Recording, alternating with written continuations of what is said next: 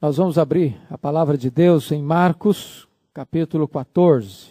Marcos 14, de 1 a 31. Marcos 14, de 1 a 31.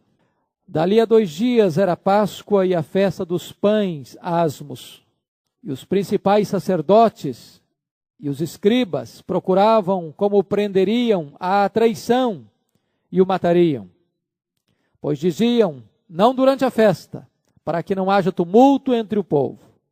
Estando ele em Betânia, reclinado à mesa em casa de Simão, o leproso, veio uma mulher trazendo um vaso de alabastro com preciosíssimo perfume de nardo puro, e quebrando o alabastro, derramou o bálsamo sobre a cabeça de Jesus. Indignaram-se alguns entre si e diziam, por que este desperdício de bálsamo? Porque este perfume poderia ser vendido por mais de 300 denários e dar-se aos pobres, e murmuravam contra ela. Mas Jesus disse, deixai-a, porque a molestais? Ela praticou boa ação para comigo. Porque os pobres sempre os tendes convosco, e quando quiserdes podeis fazer-lhes bem, mas a mim nem sempre me tendes. Ela fez o que pôde, antecipou-se a ungir-me para a sepultura. Em verdade vos digo, onde for pregado em todo o mundo o evangelho, será também contado o que ela fez para a memória sua. E Judas Iscariotes, um dos 12, foi ter com os principais sacerdotes para lhes entregar Jesus. Eles, ouvindo, alegraram-se e lhe prometeram dinheiro. Neste meio tempo, buscava ele uma boa ocasião para o entregar. E no primeiro dia dos pães asmos, quando se fazia o sacrifício do cordeiro pascal, disseram-lhe seus discípulos, onde queres que vamos fazer os preparativos para comeres a Páscoa? Então enviou 2 de seus discípulos, dizendo-lhes, ide à cidade, e vos sairá ao encontro um homem trazendo um cântaro de água. Segui-o, e dizei ao dono da casa, aonde ele entrar, que o mestre pergunta, onde é o meu aposento no qual hei de comer a Páscoa com os meus discípulos? E ele vos mostrará um espaçoso cenáculo mobilado e pronto. Ali fazei os preparativos. Saíram, pois, os discípulos, foram à cidade, achando tudo como Jesus lhes tinha dito, prepararam uma Páscoa. Ao cair da tarde, foi com os 12. Quando estavam à mesa e comiam, disse Jesus, em verdade vos digo que um dentre vós, o que come comigo, me trairá. E eles começaram a entristecer-se e a dizer-lhe, um após outro, porventura sou eu? Respondeu-lhes, é um dos 12, o que mete comigo a mão no prato. Pois o Filho do Homem vai, como está escrito a seu respeito, mas ai daquele por intermédio de quem o Filho do Homem está sendo traído. Melhor lhe fora não haver nascido. E enquanto comiam, tomou Jesus um pão, e abençoando-o, o partiu e lhes deu, dizendo, tomai, este é o meu corpo. A seguir tomou Jesus um cálice, tendo dado graças, o deu aos seus discípulos, e todos beberam dele. Então lhes disse, isto é o meu sangue, o sangue da nova aliança derramado em favor de muitos. Em verdade vos digo que jamais beberei do fruto da videira, até aquele dia em que o hei de beber novo no reino de Deus. Tendo cantado um hino, saíram para o Monte das Oliveiras. Então lhes disse Jesus, todos vós vos escandalizareis, porque está escrito, ferirei o pastor e as ovelhas ficarão dispersas. Mas depois da minha ressurreição, irei adiante de vós para a Galileia. Disse-lhe Pedro, ainda que todos se escandalizem, eu jamais. Respondeu-lhe Jesus, em verdade te digo que hoje, nesta noite, antes que 2 vezes cante o galo, tu me negarás 3 vezes. Mas ele insistia com mais veemência, ainda que me seja necessário morrer contigo, de nenhum modo te negarei. Assim disseram todos. Até aqui, irmãos, nós vamos meditar sobre o tema diferentes reações a Jesus. Diferentes reações a Jesus. O Senhor Jesus está vivendo a sua última semana em Jerusalém. Esta semana é a culminação do seu ministério e a concretização de um plano eterno de Deus. Na verdade, Jesus Cristo veio ao mundo para esse fim. E você nota que o texto vai nos apresentar diversas atitudes, diversas reações em relação ao Senhor Jesus. Os principais sacerdotes e os escribas estão já mancomunados, preparados para prenderem Jesus e matá-lo. Ao mesmo tempo, o povo simpatizava-se com ele. Foi por essa razão que não o prenderam no templo, com medo de que houvesse uma revolta do povo na cidade naquele período. Você nota que ao mesmo tempo que tem uma mulher anônima, pelo menos Marcos não refere-se ao nome dela, vamos saber mais tarde pelo evangelista João que é Maria, descreve e demonstra o seu amor pródigo, profundo, copioso pelo Senhor Jesus. Ao mesmo tempo, um dos 12, Judas Iscariotes, está traindo seu mestre. Você percebe que quando Jesus, citando o profeta Zacarias, disse, quando o pastor for ferido, as ovelhas se dispersarão. Jesus disse, vós vos escandalizareis comigo. E Pedro, cheio de arrogância, disse, eu jamais. E Jesus Cristo disse, em verdade, te digo, Pedro, que antes que o galo cante 2 vezes nesta noite, tu me negarás. E ele insistia ainda mais veementemente, eu estou pronto a ir contigo para a prisão, se necessário for para a morte. Então eu gostaria que você olhasse comigo esse texto, tirando dele algumas lições. Primeiro, vamos ver um plano frustrado. Um plano frustrado. Você note aí no capítulo 14, versículo 1, que o cenário estava pronto. Era o período da Páscoa. E a Páscoa e a festa dos pães asmos, dentro da cultura judaica, já tinha se unido para ser uma festa só. E era uma festa de 7 dias. Era uma festa em que a cidade de Jerusalém ficava absolutamente apinhada de gente.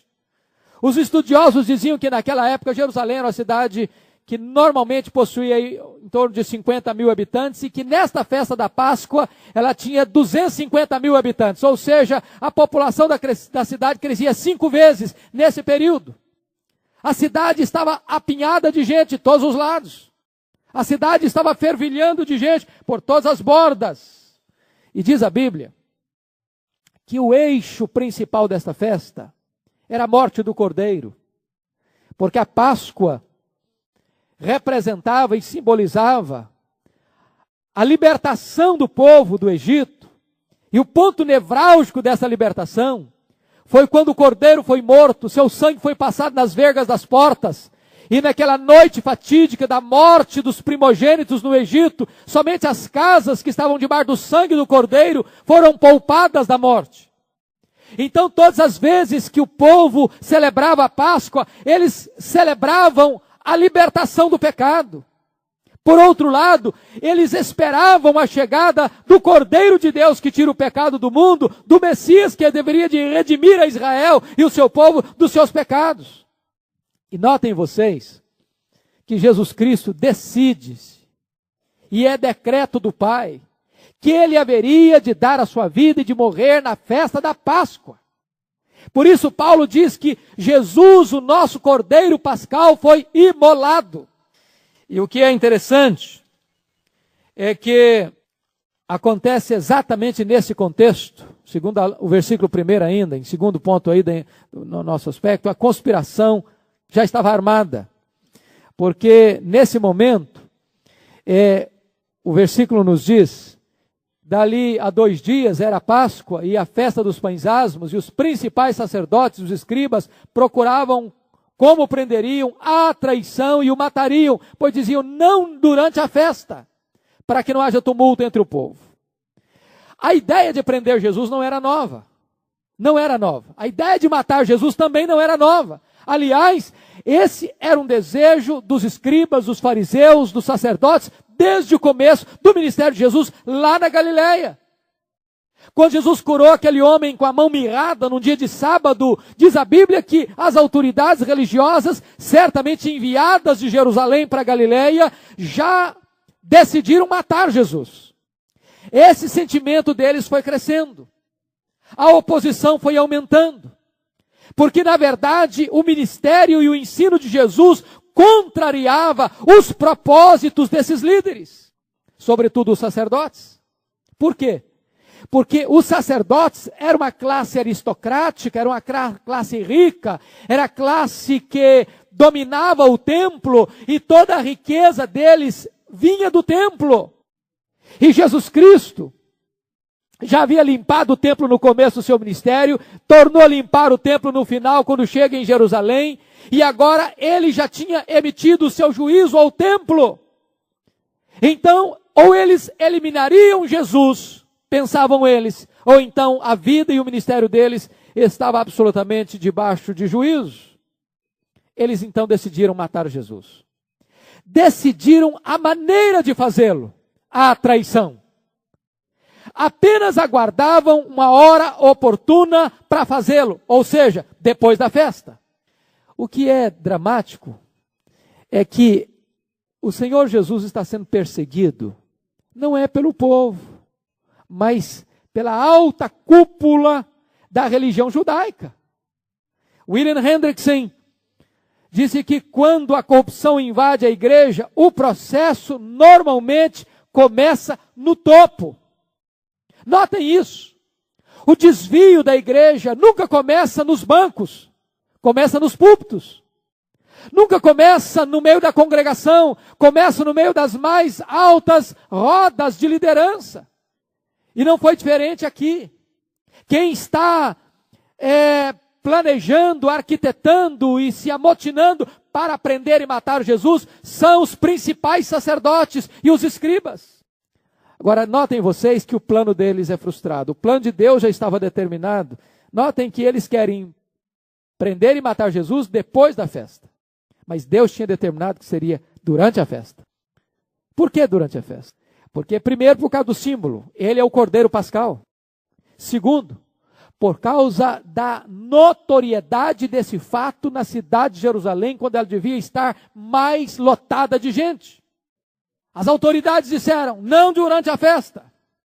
Na festa, disse o Todo-Poderoso Deus. Este era o decreto de Deus, e o decreto de Deus prevalece. E vejam vocês que a carta da manga que surge para que isso aconteça, é que um elemento do próprio grupo dos 12, procura os principais sacerdotes. Vai ao encontro deles e pergunta, o que vocês me darão? E eu entregarei Jesus na mão de vocês. De tal maneira que o plano deles é frustrado, o projeto de Deus é realizado, a vontade de Deus se estabelece. Aqui está então o primeiro aspecto, primeiro ponto, um plano frustrado. Segundo ponto que eu chamo a sua atenção, segunda reação, é um amor demonstrado. Versículos 3 a 9. É a história desta mulher. Jesus estava em Betânia, ele tinha saído de Jerusalém, ido para Betânia, uma cidade próxima de Jerusalém, como se fosse um bairro de Jerusalém, na entrada de Jerusalém, para quem está subindo de Jericó. Jesus vai jantar na casa de Simão o leproso. Notem vocês um fato curioso. Por que esse homem é chamado de Simão o leproso? A palavra Simão era uma das palavras mais comuns. Seria o nosso José hoje, né? Seria o nosso José hoje. Então, Simão era um nome muito comum. Então, as pessoas usavam um apelido, ou um epíteto, ou um adjetivo, ou uma característica, para diferenciar um Simão do outro. Então, este homem recebe o adjetivo de Simão o leproso. É óbvio que ele não era mais leproso. Porque se o fosse, ele não poderia conviver com a sua família. Se o fosse, ele não poderia dar um jantar e participar desse jantar. Se o fosse, ele deveria estar numa aldeia fora da cidade, fora do contexto familiar. Antônio Vieira disse que isso descreve o preconceito humano. Uma pessoa, via de regra, ela é carimbada. As pessoas rotulam. Então, como ele tinha sido leproso, mesmo depois de curado, continua sendo Simão o leproso. Nós, seres humanos, temos esta triste tendência de rotular as pessoas e às vezes o rótulo permanece, mesmo depois que ele não tem mais nenhum significado. Nós não sabemos a motivação deste homem em convidar Jesus para sua casa. Possivelmente até por um ato de gratidão por ter sido curado por Jesus. A Bíblia não responde, podemos depreender isso. E lá estava nesta mesma casa a família querida de Jesus, que era de Betânia, Marta, Maria e Lázaro.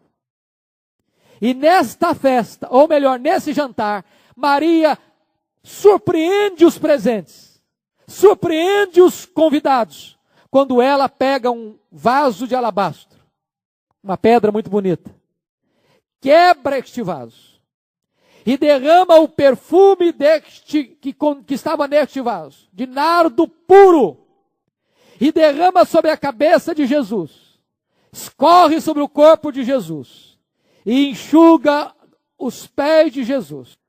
E diz a palavra de Deus, que esta atitude de Maria provoca uma reação imediata das pessoas que estavam presentes. De repúdio, de revolta, de inconformação, achando que era um exagero, um desperdício. E Jesus disse, não deixe essa mulher, ela está fazendo uma boa ação. Ela está antecipando o meu sepultamento. Em qualquer lugar e em todo lugar onde for pregado o Evangelho, esta história há de ser contada para testemunho dela, para memória dela. E aqui eu chamo a sua atenção para nós olharmos alguns aspectos dessa atitude de Maria. Em primeiro lugar, Maria deu o seu melhor. Você não vai encontrar o nome de Maria em Marcos, mas quando você lê esse relato paralelo em João capítulo 12, você vai perceber que essa mulher era Maria, irmã de Marta e de Lázaro, talvez até demonstrando a sua gratidão a Jesus por ter ressuscitado o seu irmão. Esta mulher dá o seu melhor. Esta mulher pega um vaso de alabastro, que na avaliação de Judas Iscariotes, conforme João 12, aquele perfume valia 300 denários. Um denário era o salário de um dia de trabalho. 300 denários era um salário de um ano de trabalho. Era a poupança integral de todo um ano de serviço. E derrama todo esse perfume de uma vez só em Jesus. Era hábito dos judeus a não apenas lavar os pés dos seus convidados, dos seus hóspedes, mas passar perfume. Mas era uma gota de perfume. Essa mulher derrama um jarro de perfume. E ela faz e ela dá o seu melhor para Jesus. Isso é algo extremamente impressionante. Ela dá o que tem de melhor, dá generosamente. Aliás, quando você vai ler na Bíblia, essa mulher chamada Maria, ela só aparece 3 vezes nos evangelhos. As 3 vezes ela está prostrada aos pés de Jesus. Lá em Lucas 10, prostrada para aprender. Lá em João 11, prostrada para chorar. Aqui em João 12 e em Marcos 14, prostrada para agradecer, para adorar.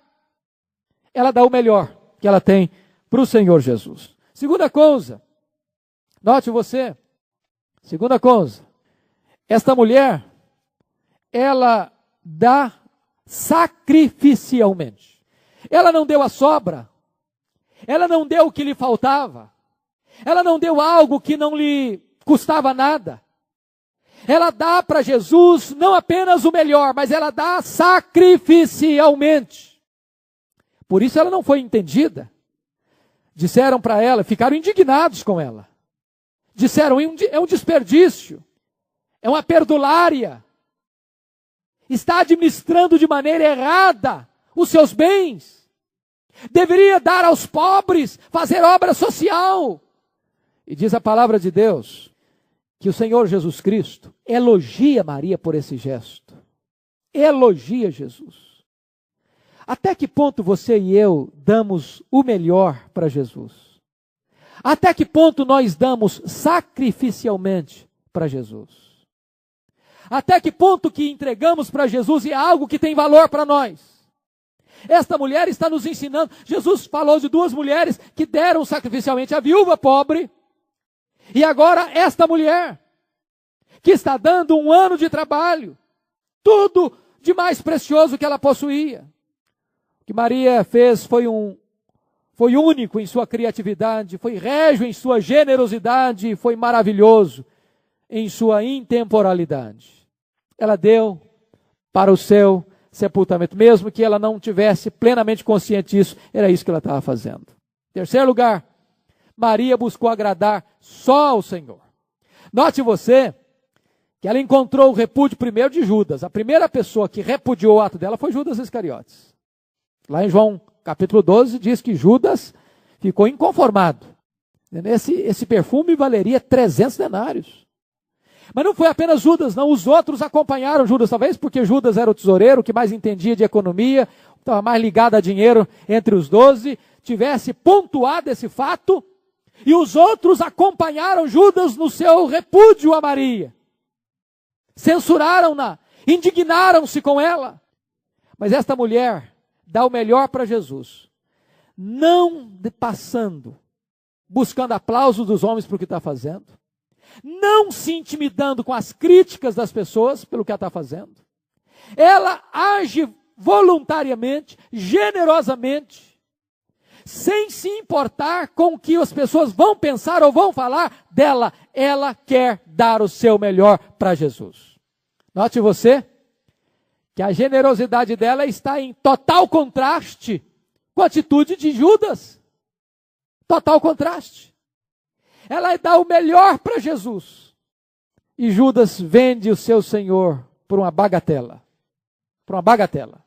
Se você fizer as contas, o que Judas recebeu para trair Jesus era 1/10 do valor desse perfume que Maria derramou sobre a cabeça de Jesus. Ele estava indignado porque ela tinha dado o melhor dela para Jesus. E ele, por muito menos, entregou e traiu o seu Senhor.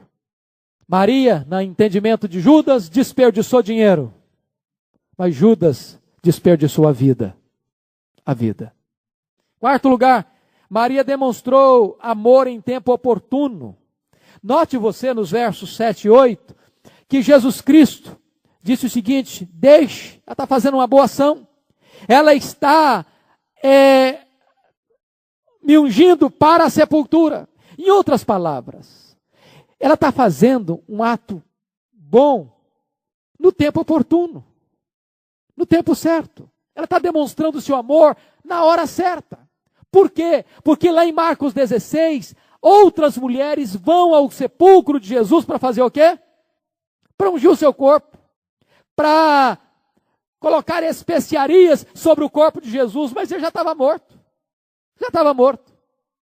E quando elas chegaram lá, receberam a notícia: ele não está mais aqui, ele ressuscitou. Que lição isso tem a nos ensinar? Se você quer demonstrar amor por alguém, demonstre amor agora. Você tem que fazer uma ligação para alguém, telefone hoje. Se você tem que escrever uma carta, escreva agora. Se você tem que dizer para alguém: olha, você é importante na minha vida, eu amo você, diga isso enquanto é tempo. Porque às vezes pode correr o risco de a gente fazer igual o Davi fez, dizer: eu te amo, meu filho, depois que o filho está morto, aí não resolve mais. Às vezes vai demonstrar e revelar amor por alguém que já não pode escutar mais essas palavras.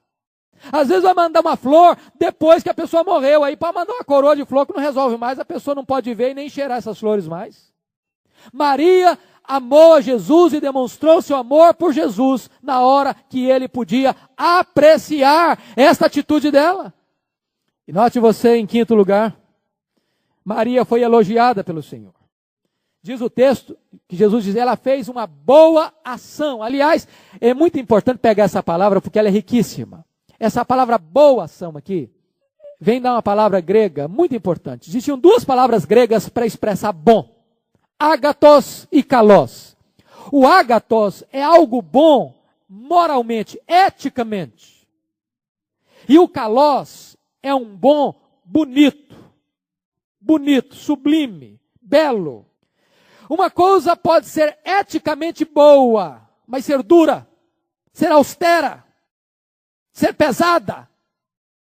Mas kalos é quando não apenas é bom, mas é bonito. É lindo, é maravilhoso, é extraordinário. E quando Jesus vai se referir ao ato de Maria, ele não diz que a atitude dela foi agatós, mas que a atitude dela foi kalós. Foi não apenas bom, mas foi belo, foi extraordinário, foi magnífico, foi glorioso. Esta é a posição que Jesus está dizendo, foi elogiada pelo próprio Senhor Jesus. Esta é uma questão.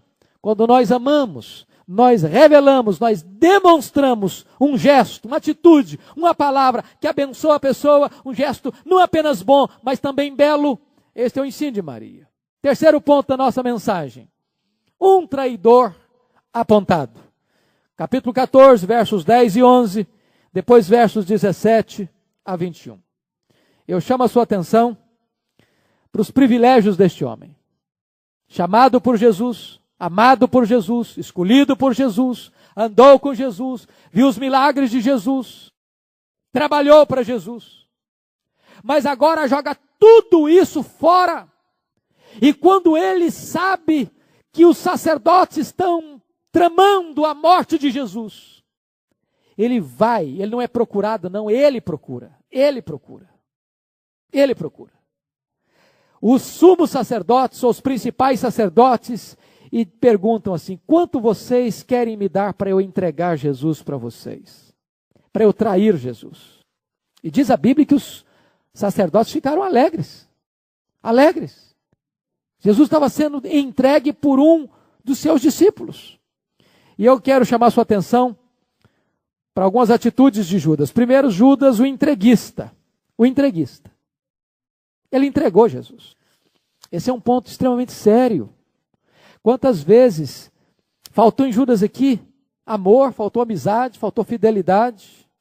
Eu estava participando do congresso, como preletor do congresso da CEPAL, e numa hora tivemos um seminário, uma mesa redonda com um debate. Eu fui debatedor com o pastor Ariosvaldo Ramos.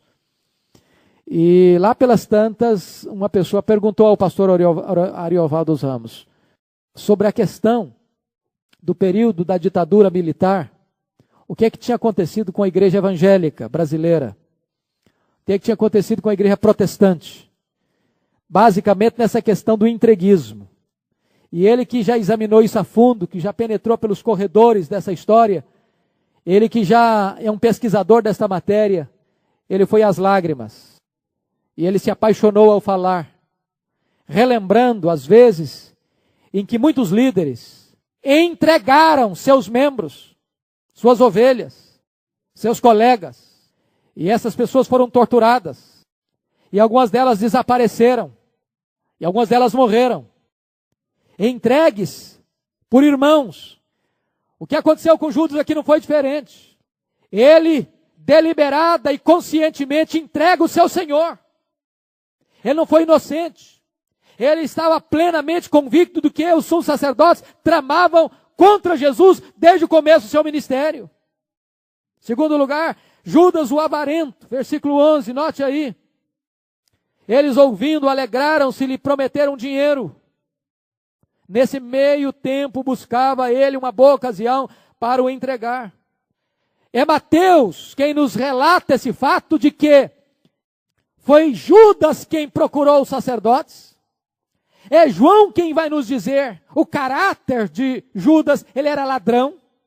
Nesse mesmo contexto dele se revoltar contra Maria ao derramar um perfume de 300 denários. A motivação dele não era os pobres, não. Ele era ladrão e ele pegava o dinheiro da bolsa. Tinha sido desonesto. O que me impressiona é que Jesus Cristo não tenha desmascarado Judas antes da hora. Porque Jesus sabia, desde o começo, quem era Judas. Essa é uma lição para nós, irmãos. Essa é uma lição para nós. Nem sempre Deus nos pune no ato de um pecado. Muitas pessoas vivem sonolentamente, desapercebidamente no pecado, pensando que não vai ter juízo. Aliás, leia o livro de Malaquias, você vê lá que a grande pergunta do povo era essa: onde está o Deus do juízo? Eles não levavam Deus a sério, eles desprezavam as ofertas de Deus, eles estavam vivendo com a vida familiar bagunçada, eles estavam roubando de Deus, Eles estavam cansados das coisas de Deus, e que coisa de novo aqui, e diz a Bíblia que eles ficavam muxoxos, diz, puxa vida, outra vez na igreja, que canseira, que enfado. E perguntava, onde está o Deus do juízo? Tem hora que parece, à luz do Salmo 73, que Deus está dormindo, que a mão de Deus não está agindo, que o pecado está prevalecendo, e parece que Deus não está acordado. Jesus não puniu Judas no primeiro ato da sua transgressão, ou no primeiro sentimento do seu coração, quando eles assaltavam e roubavam a bolsa. Mas uma hora a máscara cai. Uma hora o homem que brinca com o pecado é apanhado pelas próprias cordas do seu pecado. A Bíblia diz que quem zomba do pecado é louco. É louco. E Judas caiu. Se você olhar, se você perceber, lá em Êxodo 21, 32, 30 moedas de prata era o preço de um escravo ferido por um boi. Quando um boi de um vizinho feriu o escravo de um outro vizinho, essa pessoa devia pagar 30 moedas de prata pelo escravo ferido e sacrificar o boi que chifrou, que machucou, que feriu o escravo. Judas vendeu o seu senhor pelo preço de um escravo ferido. Judas barateou o seu senhor. Enquanto Maria valorizou a Jesus, derramando um bálsamo de 300 denários, ele entrega Jesus por 1/10 desse preço. Terceiro lugar, Judas o dissimulado. Judas o dissimulado, versículos 17 e 18. Note aí, por favor. Ao cair da tarde, foi com os 12, quando estavam à mesa e comiam, disse Jesus, em verdade vos digo que um dentre vós, o que come comigo, me trairá. Temos que entender esse contexto. Dentro da cultura judaica, comer pão com alguém era símbolo de amizade, de lealdade, de paz, de fidelidade. Assentar-se à mesa com alguém, sobretudo com o anfitrião, e traí-lo, era uma coisa abominável aos olhos de um judeu. E Judas estava lá, à mesa, comendo pão, passando a seguinte mensagem: somos amigos, temos comunhão, sou fiel a ti, eu te amo, participo desta mesa com lealdade. Ele finge, ele dissimula, ele esconde. Irmãos, pense nisso, no que significa quando Paulo diz assim na instituição da ceia, quando ele relata a instituição da ceia.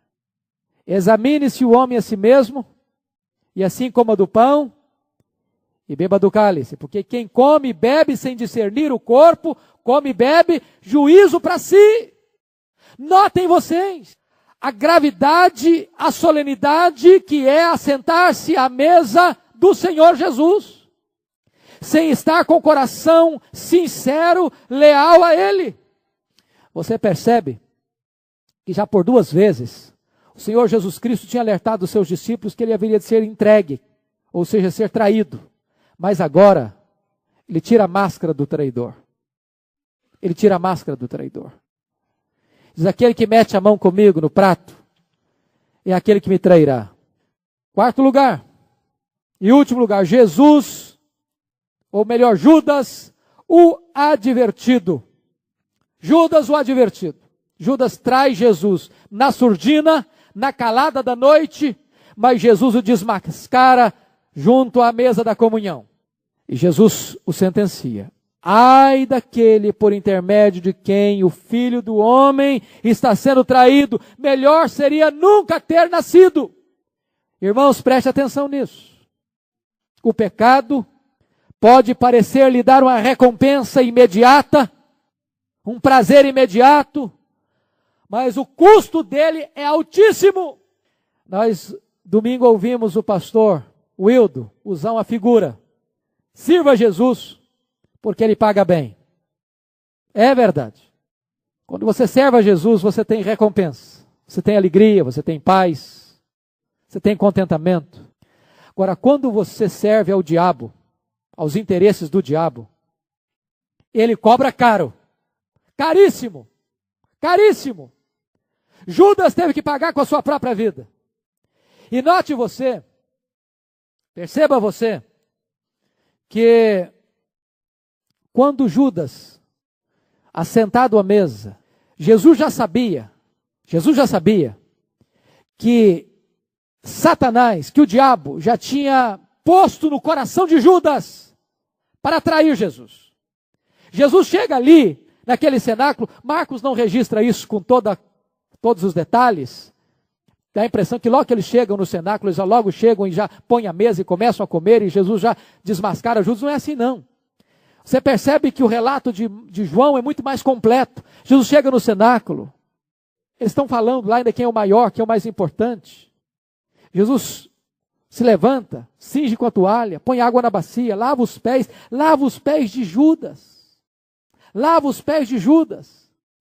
E depois diz a palavra de Deus que Jesus sabia que o diabo já tinha posto no coração de Judas para traí-lo. E Judas ainda não se toca, não se quebranta, não se humilha, não se arrepende. Jesus está investindo em Judas. Jesus está permitindo Judas se assentar com ele à mesa. Jesus lhe dá pão, Jesus lhe dá vinho. Agora note você, quando Jesus pontua isso, o que mete a mão comigo no prato, esse é o que me trairá, diz a Bíblia que aí Satanás entrou em Judas. Está lá em João capítulo 13, capítulo 11. Judas é possuído por Satanás. E nesse momento, o Senhor Jesus alerta para ele, o que você tem que fazer, faça logo. E diz a Bíblia que Judas então sai definitivamente para entregar Jesus, para que Jesus fosse preso e fosse morto. Deixa eu pensar com vocês aqui uma coisa.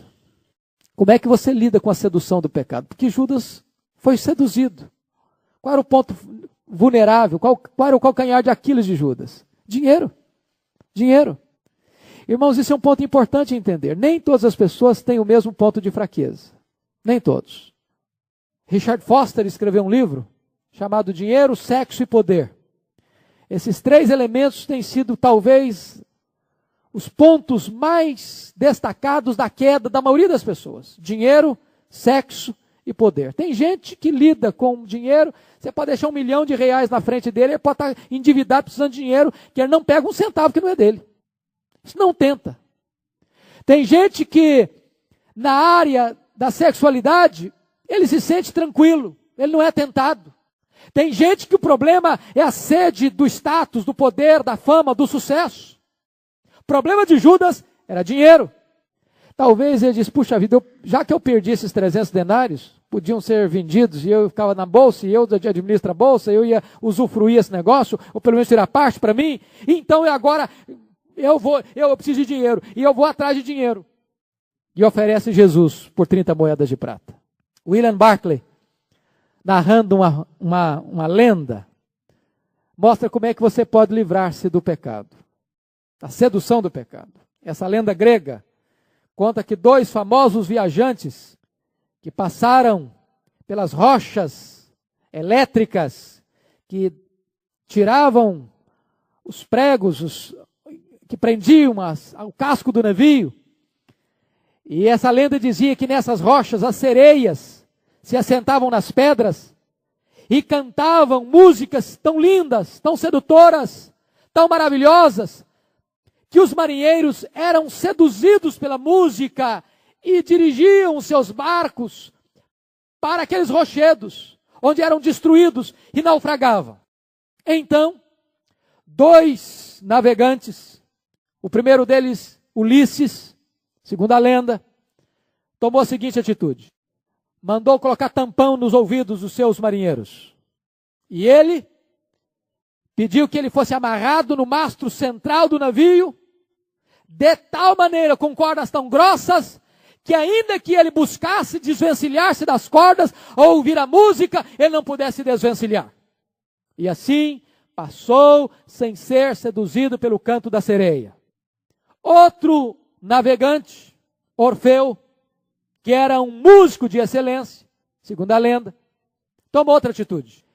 Ele foi navegar os mesmos mares, mas quando a música sedutora das sereias chegou, ele procurou entoar uma música melhor, mais elegante, mais pomposa, mais rica, mais linda do que a música das sereias. E desta maneira, ouvindo outra voz, outra música, ele atravessou os mares sem ser seduzido pelo canto das sereias.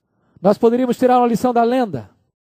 Você pode tentar resistir o pecado, trincando os dentes, dizendo, eu não vou cair, eu não vou fazer aquilo, eu não vou fazer aquilo outro, eu não vou ser seduzido por esse ou por aquele pecado. Ou você pode ser guiado por uma outra voz, por uma outra música, pela doçura do amor de Deus. Eu estou seguro de que essa segunda opção é a melhor. O que livra você do pecado é você se encantar com a graça de Deus, se encantar com o amor de Deus.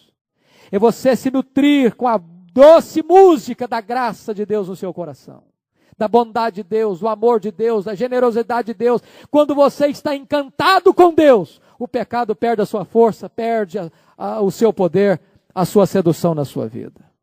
Judas foi seduzido e caiu. Quarto ponto, um pacto selado, versículos 22 a 26. Vamos ver primeiramente o símbolo do pacto. Olha aí, versículos 22 a 26. Jesus comia, tomou um pão, abençoando, partiu, lhes disse, dizendo, tomai, isto é o meu corpo. Tomou um cálice, deu graças, deu aos discípulos e disse, e todos beberam dele. Então lhes disse, isto é o meu corpo, isto é o meu sangue, o sangue da nova aliança derramado em favor de muitos. Vamos ver os símbolos, o pão e o cálice. Note você que Jesus pega o pão e faz o quê?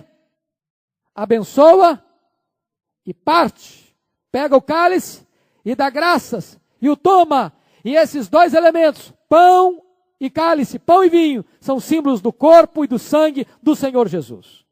E aí, a igreja cristã, protestante, dividiu-se no entendimento que isso significa.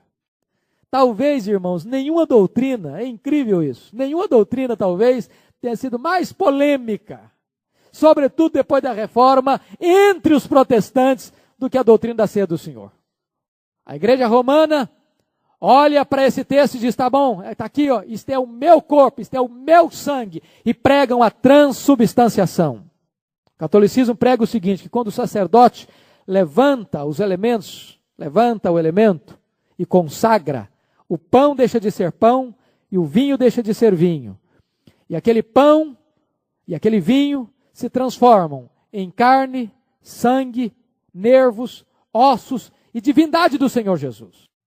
De tal maneira que quando a pessoa, o devoto, recebe a hóstia, não pode mastigar a hóstia, porque naquele momento aquela hóstia não é trigo mais. Aquela hóstia é corpo, sangue, nervos, ossos e divindade de Cristo. É por isso que o catolicismo ensina que se pode adorar a hóstia com o culto latria, com o culto que só presta a Deus. Porque naquele momento, aquela hóstia transubstanciou, mudou de substância. Obviamente, não pode ser esse o entendimento bíblico que Jesus deu. Não podia ser o seu próprio corpo. Aqueles elementos eram diferentes do seu próprio corpo. Aí Lutero pega esse texto, olha para esse texto e diz, não, não é bem assim não. Ele ensina a consubstanciação. Jesus não é transubstanciado. Ou seja, os elementos não são transubstanciados. Eles não se transformam em Jesus, mas Jesus está presente fisicamente nos elementos. Então, quando você celebra a ceia, Jesus está fisicamente sob e nos elementos. Obviamente, Lutero também não compreendeu muito bem esse texto.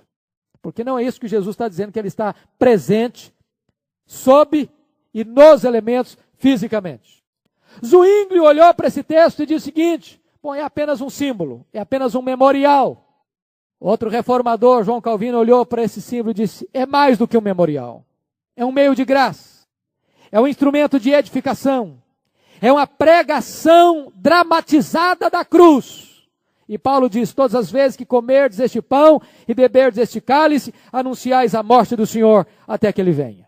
Vamos ver o significado deste pacto. Vejam vocês que Jesus disse, versículo 24, então lhes disse, isto é o meu sangue, o sangue da nova aliança. O judeu, a fé judaica estava fundamentada no pacto. No pacto. povo de Israel era o povo do pacto, o povo da aliança. E como é que era o antigo pacto, a velha aliança? Baseada na lei. O povo recebeu a lei e disse, tudo que o Senhor falou, nós faremos. Esse pacto era selado com o sangue de animais. Só que aconteceu o seguinte, quando o povo violava a lei, violava o pacto. E como o povo não podia obedecer à lei, não porque a lei fosse errada, a lei era perfeita, mas o homem é imperfeito, quebrava o pacto.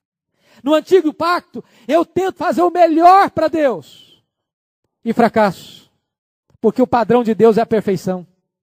Se você guarda toda a lei e tropeça num único ponto, você é culpado da lei inteira. Então o antigo pacto não podia plenamente levar o homem a uma correta relação com Deus. O que é que Jesus Cristo fez? Ele institui um novo pacto. Esse pacto não está fundamentado na lei, está fundamentado no sangue. Não está fundamentado naquilo que eu faço para Deus, mas naquilo que Deus fez por mim na pessoa do seu Filho. De tal maneira que neste novo pacto, nesta nova aliança, Cristo fez tudo por mim. Não é o que eu faço para Deus, foi o que Ele fez por mim. Agora, o sacrifício foi feito, a dívida foi paga, os pecados foram cancelados, e nós entramos numa nova relação com Deus. Agora, sob o favor de Deus, sob o abrigo do sangue de Jesus, resgatados, redimidos, perdoados, transformados pelo sangue do Senhor Jesus Cristo. E você vai notar um fato importante aí no texto. Olha aí, por favor. Versículo 24, ele diz, isto é o meu sangue, o sangue da nova aliança, derramado em favor de muitos. Não diz em favor de todos. Porque, na verdade, a doutrina da expiação, ela não apenas possibilita a salvação, ela é a base da salvação. Cristo não morreu para possibilitar a minha salvação, Ele morreu para me salvar. Ele me comprou, Ele me remiu, Ele me resgatou. Esta é uma das obras mais gloriosas que nós temos. E você vai perceber, finalmente, a consumação do pacto. No versículo 25, Jesus disse, em verdade vos digo que jamais beberei do fruto da videira até aquele dia em que o hei de beber novo no reino de Deus. Note você, que Jesus está celebrando a nova aliança com o símbolo da sua morte. Ele quer ser relembrado pela sua morte. Fazer isto em memória de mim. Agora note você, que a ceia aponta para o futuro. Todas as ceias que celebramos vão desembocar nesta ceia futura. Quando Jesus voltar e a noiva for resgatada, esta noiva entrará para as bodas. E lá nós vamos celebrar a ceia de uma maneira gloriosa, de uma maneira extraordinária. Nós estaremos para sempre com o Senhor. E Ele está prometendo isso para nós aqui. Em verdade vos digo que jamais beberei do fruto da videira até aquele dia em que o hei de beber novo no reino de Deus. Ou seja, até aquele dia da segunda vinda, quando nós entraremos para esta festa, e nós então participaremos desta celebração gloriosa, apoteótica, escatológica da ceia do Senhor. E eu termino com o último ponto da mensagem, um fracasso destacado. Olha o versículo 27. Então lhes disse Jesus, todos vós vos escandalizareis, porque está escrito, ferirei o pastor, e as ovelhas ficarão dispersas. Jesus predisse que todos se escandalizariam. Todos disseram que isso nunca aconteceria. Olha o verso 31. Mas ele insistia com mais veemência, ainda que me seja necessário morrer contigo, de nenhum modo te negarei. Assim disseram todos. Notem vocês. Jesus disseram, todos vocês vão se escandalizar. Todos disseram, nós não vamos nos escandalizar. Resultado? Olha capítulo 14, versículo 50. Então, deixando-o, todos fugiram. Jesus diz, todos vão se escandalizar. Todos disseram, nós não vamos nos escandalizar. Na hora que a coisa pegou, todos fugiram. Note você aí o alerta solene. Mas depois você vai olhar no versículo 28, uma promessa consoladora. 14, 28. Mas depois da minha ressurreição, irei adiante de vós para a Galileia. Você vai notar aí que Jesus está falando da sua morte, Quando o pastor for ferido, e note você uma coisa, viu? Muito importante. Quem está ferindo o pastor aqui, quem é mesmo? Quem está ferindo o pastor? À luz da Bíblia, é o próprio Deus. Meus irmãos, leia Isaías 53. Ele foi ferido de Deus. Deus fez cair sobre ele o pecado de todos nós. A Bíblia diz que Deus entregou o seu próprio filho. Que ele não poupou seu próprio filho. O próprio Pai o feriu. E qual foi o instrumento para feri-lo? O nosso pecado. Diz o apóstolo Paulo que ele morreu pelos nossos pecados. Foram os nossos pecados que levaram Cristo à cruz. Não foi Judas, não foi Pilatos, não foram os soldados, não foram os sacerdotes, simplesmente que levaram Jesus à cruz. Na verdade, quem levou Jesus à cruz foi o meu e o seu pecado. Ele foi ferido pelos nossos pecados. O próprio Pai o feriu com os nossos pecados. Mas tem uma consolação, diz o texto. Mas depois da minha ressurreição, ele sabe que vai morrer, mas sabe que vai ressuscitar. E olha ainda mais, versículo 28, irei adiante de vós para a Galileia. Lá onde eles começaram, é lá onde eles devem ser restaurados. Que coisa linda, Jesus sabe, Jesus não foi apanhado de surpresa e nem Jesus se surpreendeu com o fracasso dos discípulos. Jesus predisse o fracasso dos discípulos, mas nem a morte de Jesus seria definitiva, nem a fuga dos discípulos seria definitiva. Ele disse, eu vou restaurar vocês onde vocês começaram, lá na Galileia. Lá na Galileia. Isso me ensina uma lição bonita. Onde a gente cai é onde a gente tem que se levantar. Tem gente que diz o seguinte, não deu certo aqui, vou para frente. Tive um problema aqui na igreja, eu vou procurar outra igreja. Meu irmão, onde você tem problema é onde você tem que se levantar. Onde você tem uma luta, é aí onde você pode dar testemunho do que Deus vai fazer na sua vida e através da sua vida. E você vai observar outra coisa. Para finalizar, uma pretensão vaidosa. Versículos 29 a 31. Disse-lhe Pedro, ainda que todos se escandalizem, eu jamais. O Pedro aqui está passando a seguinte ideia. Jesus, eu até acredito que na hora que a coisa pegar mesmo, esses discípulos do Senhor aí, eles não vão aguentar não. Eu acho que eles não têm tutano para aguentar a pressão. Eles não têm envergadura para enfrentar esse cenário que está se armando. O clima estava tenso, extremamente tenso.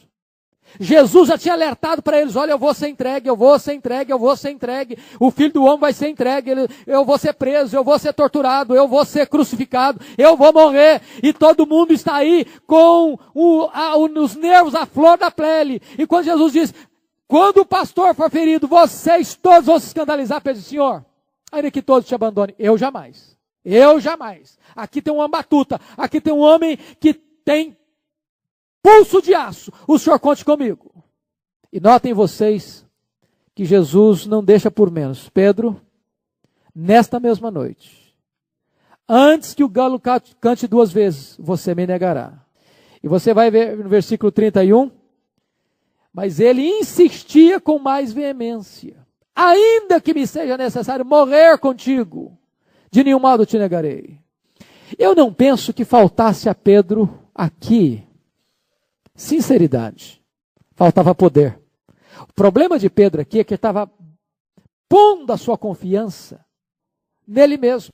É por isso que Paulo diz, lá em 1 Coríntios 10, aquele que pensa estar em pé, veja que não caia. É por isso que a Bíblia diz que a soberba precede a ruína. É por isso que Provérbios 28, 26 diz que o que confia no seu próprio coração é insensato. Então, sejamos leais ao Senhor, mas tenhamos muito cuidado para não acharmos que nós somos fortes, que nós temos força, que nós somos capazes, que a força vem de dentro, que o poder está em nós. O apóstolo Paulo disse, eu não tenho nada que eu não tenha recebido. Eu me glorio nas minhas fraquezas, porque quando eu sou fraco, é aí que eu sou forte. É quando eu desconfio de mim, não confio em mim, e ponho toda a minha confiança no Senhor, aí eu posso resistir às lutas.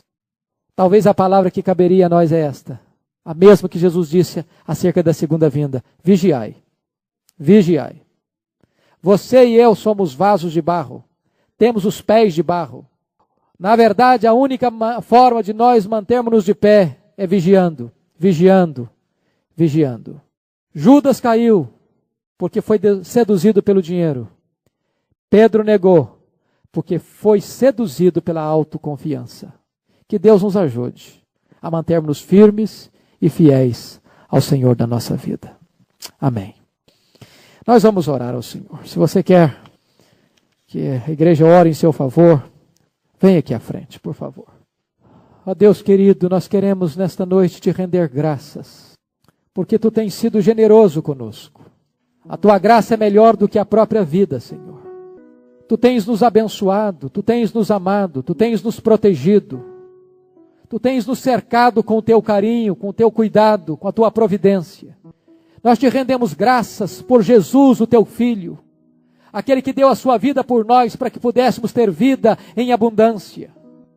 Nós queremos te dar graças pela vida da tua igreja, pelas famílias que a compõem. Te dar graças por esses irmãos e irmãs que vieram à tua casa nesta noite buscar a tua face. Colocamos as famílias da igreja no teu altar, Senhor. Oramos pelos irmãos e irmãs para que eles sejam sustentados pelo teu poder. Muito obrigado, Deus, por estarmos juntos. Que tu possas visitar cada coração aqui presente, suprindo as nossas necessidades em Cristo Jesus, fortalecendo-nos com a tua graça. É a nossa súplica e a nossa oração em nome do Senhor Jesus. Amém.